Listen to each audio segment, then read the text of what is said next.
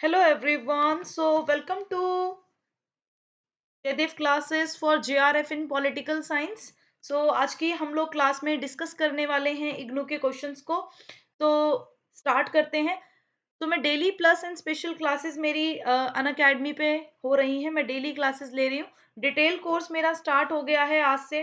Western political thought पर आज सुबह मॉर्निंग में 11 AM मेरा ये क्लास होगी। ठीक है, डिटेल कोर्स तो 11 AM होगी। डिटेल कोर्स आईआर पे स्टार्ट होगा 6 तारीख से। ठीक है, यानी कल से स्टार्ट हो जाएगा आप लोगों का। और इसके अंदर इंटरनेशनल रिलेशन में आप लोगों को 1 PM कराने वाली हूँ। तीसरा कोर्स मेरा जो न्यू आया है वो है detail course on comparative politics. ये 9 PM है, यानी आज रात में ये 9 बजे होगा। ठीक है, तो जो भी स्टूडेंट आना चाहें आ सकते हैं। स्पेशल क्लासेस मेरी क्विक डिस्कशन प्रीवियस क्वेश्चन पर हो रहा है डेली। तो आप लोग 4 बजे ज्वाइन कर सकते हैं।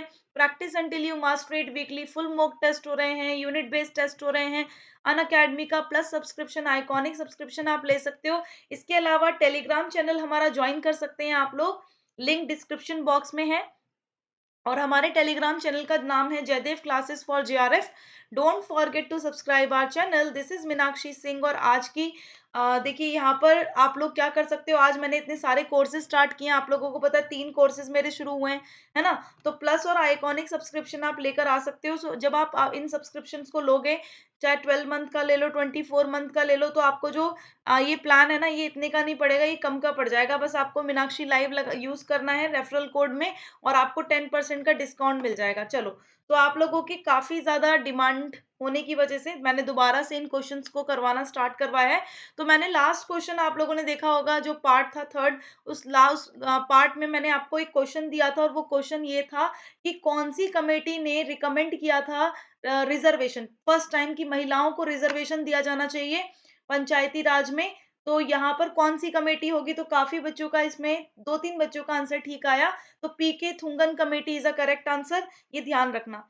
चलो, अब हम नेक्स्ट क्वेश्चन पे चलते हैं। और नेक्स्ट क्वेश्चन है हमारा, अकॉर्डिंग टू whom, यानी किसके अनुसार जो इंडियन स्टेट है ना। इंडियन स्टेट अगर आप देखोगे एज अ थर्ड एक्टर, तो इंडियन स्टेट को थर्ड एक्टर कौन बोलते हैं। तो मेरे अकॉर्डिंग इसका right answer Susanne Rudolph and Lloyd Rudolph हो जाएंगे।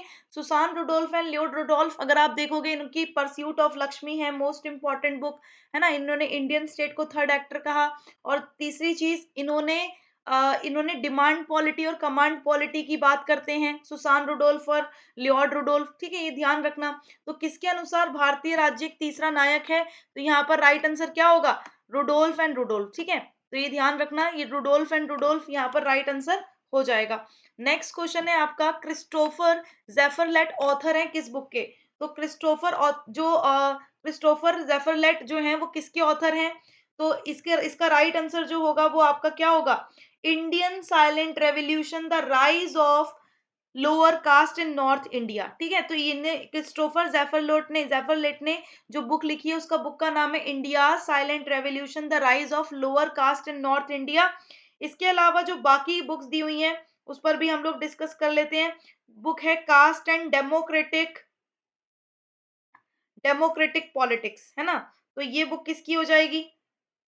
तो ये बुक जो है आपकी डेमोक्रेटिक पॉलिटिक्स जो है, तो ये बुक हो जाएगी आपकी किस थिंकर की। तो ये लिख लो आप लोग, ये है घनश्याम शाह की। ठीक है, कास्ट एंड डेमोक्रेटिक पॉलिटिक्स, ये घनश्याम शाह की है। उसके बाद नेक्स्ट जो है वो है आपकी कास्ट ऑफ माइंड। तो कास्ट ऑफ माइंड किसकी हो जाएगी, कास्ट ऑफ माइंड है निकोलस ड्रिक्स की। किसकी है, निकोलस ड्रिक्स, DIRKS। ठीक है, उसके बाद जो चौथी बुक दी हुई है वो है कास्ट इन इंडियन पॉलिटिक्स। तो कास्ट इन इंडियन पॉलिटिक्स का कौन होंगे, कास्ट इन इंडियन पॉलिटिक्स जो ये बुक है ना, इसको लिखा है हमारे रजनी कोठारी जी ने। तो ये आप लोगों को पता ही है, काफी इंपॉर्टेंट बुक है कास्ट इन इंडियन पॉलिटिक्स। तो ये रिटन बाय रजनी कोठारी। लेकिन इस क्वेश्चन में पूछा था कि क्रिस्टोफर जेफरलेट किस बुक के ऑथर हैं। तो इनका बुक का नाम होगा India silent revolution, the rise of lower caste in North India. Next question है आपका, नेक्स्ट क्वेश्चन है कि what was the basis of state reorganisation according to state reorganisation commission report in 1950s। आप लोगों को पता है 50s, 50s, 50 भी है ना। तो आप लोगों को पता ही होगा कौन सा कमीशन आया था, 1956 का कमीशन था, 1956 का, जिसके आधार पर राज्य के पुनर्गठन की बात की गई थी। और पुनर्गठन, राज्य पुनर्गठन आयोग जो बना, बेसिकली इसने एक रिपोर्ट दी और रिपोर्ट के अनुसार ये कहा गया कि जो राज्यों का बंटवारा किया जाएगा वो भाषा के आधार पर किया जाएगा। किसके आधार पर? भाषा के आधार पर किया जाएगा। यानी राज्य पुनर्गठन आयोग रिपोर्ट 1950 के अनुसार उसका आधार क्या था? तो वो भाषा था। बेटा 50s है, ठीक है, 50s, 1956, मतलब 50 से लेके 60 तक का फेज 50s में आता है। उसके बाद नेक्स्ट क्वेश्चन है कि coin the concept Congress system. किसने कांग्रेस सिस्टम के कॉन्सेप्ट को कॉइन किया था? तो ये मैंने आप लोगों को पढ़ाया था, Rajni Kothari is the correct answer. Rajni Kothari ji ने कॉइन किया था इस कांग्रेस सिस्टम के कॉन्सेप्ट को, ठीक है। Rajni Kothari caste and Indian politics है ना, और ये क्या बताते हैं? पॉलिटिसाइजेशन को बताते हैं, पॉलिटिसाइजेशन, है ना। चलो वेरी गुड, बहुत बढ़िया। नेक्स्ट क्वेश्चन है आपका यही चीज, कांग्रेस व्यवस्था की अवधारणा कौन लाया है? तो यहाँ पर right answer is Rajni Kothari. उसके बाद नेक्स्ट क्वेश्चन है हमारा, यंग तुर्क। किसको यंग तुर्क कहा जाता है? तो यंग तुर्क कहा जाता है 1960s का चंद्रशेखर को। यंग तुर्क किसे कहा जाता है? यंग तुर्क के नाम से कौन जाना जाता है? तो ये ध्यान रखना, चंद्रशेखर, चंद्रशेखर को यंग तुर्क कहा जाता है। फिर नेक्स्ट क्वेश्चन है यूटोपिया। यूटोपिया किसे बोलते हैं कल्पनावादी, जो काल्पनिक हो, है ना। तो ये यूटोपिया किसने कॉइन किया था? ये कॉइन किया था थॉमस मोर ने। थॉमस मोर जो है वो इसको कॉइन करते हैं। रॉबर्ट नॉजिक की बात अगर हम करें तो इनका मिनिमल स्टेट है। जिगजैग ऑफ पॉलिटिक्स की बात इन्होंने की है ना। और John Locke, father of liberalism, है ना। तो ये ध्यान रखना। उसके बाद नेक्स्ट क्वेश्चन है आप लोगों का, जो ये स्टेटमेंट है कि power tend to corrupt and absolute power corrupt absolutely, किसकी है? आपको मैंने आप लोगों को काफी बार ये मैंने करवाई है, सत्ता भ्रष्ट करती है और पूर्ण निरंकुश सत्ता पूरी तरह से भ्रष्ट कर देती है। तो ये किसने कहा था? ये कहा था लॉर्ड एक्टन ने। किसने कहा था? लॉर्ड एक्टन ने। ये ध्यान रखिएगा। अब जब हम लॉर्ड एक्टन की बात करते हैं तो आप लोगों को पता ही होगा, इन्होंने लिबर्टी पर भी बोला है ना।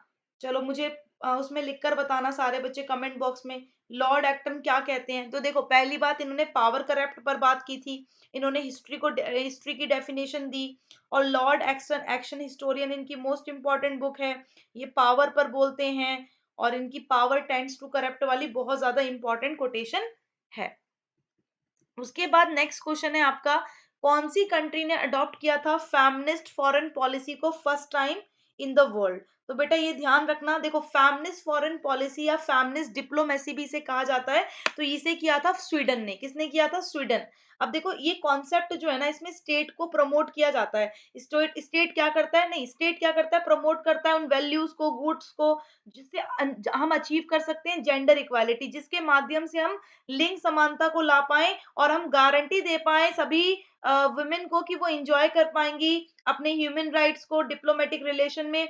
तो इसको इनिशिएट पता है किसने किया था? मैं आपको नाम बोल रही हूँ, आप लोग ध्यान रखना। ये फॉरेन अफेयर मिनिस्टर थी उस टाइम। इनका नाम था Margot Wallstrom. MARGOT, Margot Wallstrom, WALLSTROM। तो ये former Swedish foreign affairs minister हैं और यही लेकर आई थी पहली बार फेमिनिस्ट डिप्लोमेसी, और कहां पर? स्वीडन में। तो ये ध्यान रखिएगा। और इसके अंदर सेक्सुअल सेक्सुअल जो वायलेंस है, विमेन एजुकेशन है, और भी बहुत सारी चीजों पर काम इसमें इंक्लूड किया गया था, ये ध्यान रखिएगा। फिर ये विश्व में प्रथम नारीवादी विदेश नीति किस देश में अपनाई गई थी? आपको ये तो क्लियर हो ही गया होगा। उसके बाद नेक्स्ट क्वेश्चन है हमारा कि सोशल कैपिटल कॉन्सेप्ट को कॉइन किसने किया है? तो सोशल कैपिटल जो कॉन्सेप्ट है ना, इसको मार्था नुसम्बुम ने किया है, रॉबर्ट पुतनाम ने किया है, इमनुल कांट ने किया है, या फिर JS मिल ने किया है। तो इसका राइट आंसर जो होगा वो आपका क्या हो जाएगा? वो आप लोगों का होगा रॉबर्ट पुतनाम। ठीक है, अब रॉबर्ट पुतनाम से आपको क्या याद रखना है? रॉबर्ट जो पुतनाम है ना, रॉबर्ट पुतनाम का सोशल कैपिटल है bowling alone, collapse and revival of American community. दोबारा बोल रही हूँ, बुक का नाम लिख लो, bowling alone, the collapse and revival of American community. Two level game game बताए हैं, सिविल सोसाइटी को बताते हैं, सोशल कैपिटल और डाइवर्सिटी के बारे में भी ये बोलते हैं, रॉबर्ट पुतनाम। ठीक है, ये ध्यान रखना। अब उसके बाद जो आप लोगों का लास्ट क्वेश्चन आता है, ये आपका होमवर्क के लिए क्वेश्चन है। पाकिस्तान और चाइना ने साइन किया था एग्रीमेंट पीसफुल न्यूक्लियर कॉपरेशन के लिए, तो मिड 1980s में किया। Soon after India connected the first nuclear test 1974, after Indian test launch in एग्लो अग्नि मिसाइल इन 1989। ठीक है, soon after Soviet intervention in Afghanistan. तो आप लोग हिंदी में क्वेश्चन देख सकते हैं और इसका आंसर मैं चाहती हूँ कि सारे बच्चे कमेंट बॉक्स में करें। Thank you so much everyone. अगर आप लोगों को ये वीडियो और ये क्लास आप लोगों को बेनिफिशियल लगी, आप लोगों को लगा कि इससे आपको बेनिफिट होगा, तो जरूर लाइक करें, शेयर करें ज्यादा से ज्यादा अपने फ्रेंड्स के साथ। Thank you and thanks for watching. Bye bye to all. Thank you.